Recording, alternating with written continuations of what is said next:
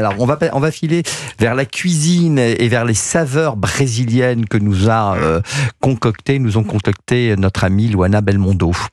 Alors, on va essayer. On va parler de choses sérieuses. Quel genre de cuisine on trouve justement là-bas au Brésil?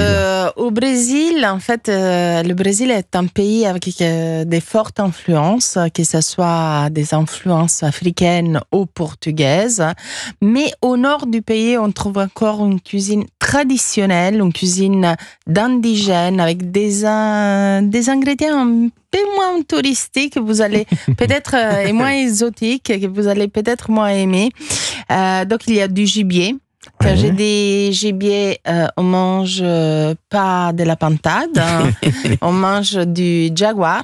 Jaguar, c'est-à-dire le jaguar. Depuis ce matin, on répète le mot avec Luana. Jaguar. Mais du jaguar le félin? Oui, absolument. Et puis des fruits, beaucoup de poissons. On mange des soupes à base des tortues, des œufs de tortues aussi. Voilà. Okay. Bon, c'est pour les aventuriers, pour ceux qui veulent aller un peu plus loin du côté des plats traditionnels. Mais il y a quand même des produits typiques qu'on retrouve dans les recettes de cuisine brésilienne. Absolument. Alors, on trouve beaucoup de riz, haricots rouges et noirs. Oui. On est d'accord, hein? La farine de manioc, ça, c'est la l'assiette basique. Voilà. De la viande, poulet, porc, bœuf, peu importe. Des poissons et fruits de mer qu'on cuisine avec de l'huile de palme et aussi du lait de coco.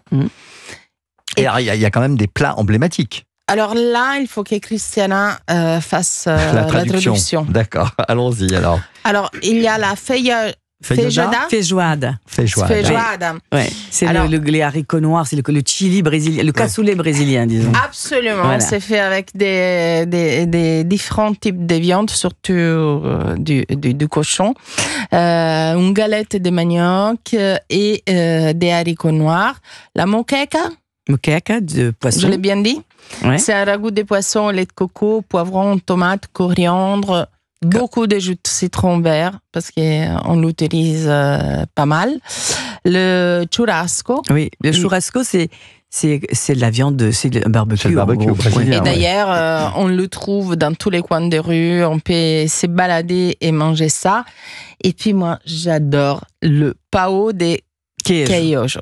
Ouais. C'est un peu comme une cougère au fromage française, mais elle est beaucoup plus légère, plus aérée.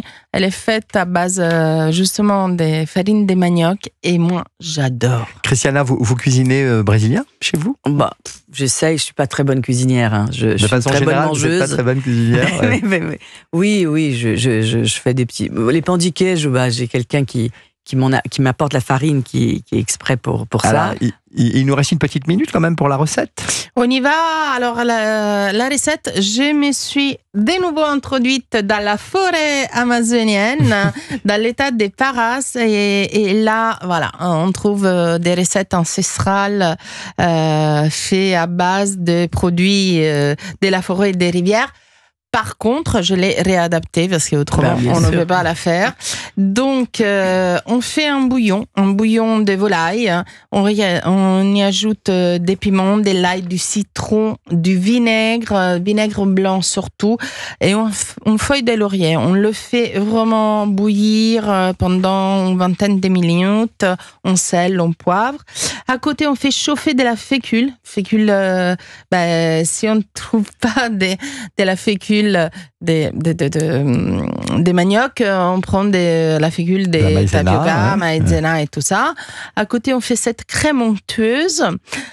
On fait un dressage on la rajoute au bouillon. On fait un petit dressage. On ajoute des feuilles de salade. Alors là-bas, il y a des feuilles particulières. Et ici, moi, je les ai remplacées parce que ça donne un goût un peu épicé. Donc, je rajoute de la roquette. Ouais. La roquette, ça va très bien. Et puis, on met des crevettes.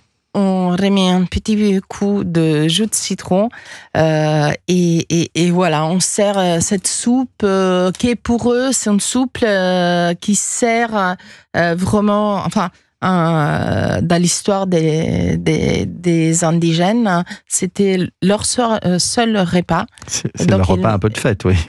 Ça s'appelle comment, vous Ça a dites, l'air la takasa façon Takasa. De façon para. Je connaissais pas. Vous connaissez pas? Et Alors, para, c'est vraiment dans la Oui. forêt amazonienne. C'est vraiment tout petit village. merci pour ce voyage, Luana. Merci à vous. On vous retrouve demain et nous, on a eu un plaisir non dissimulé de vous avoir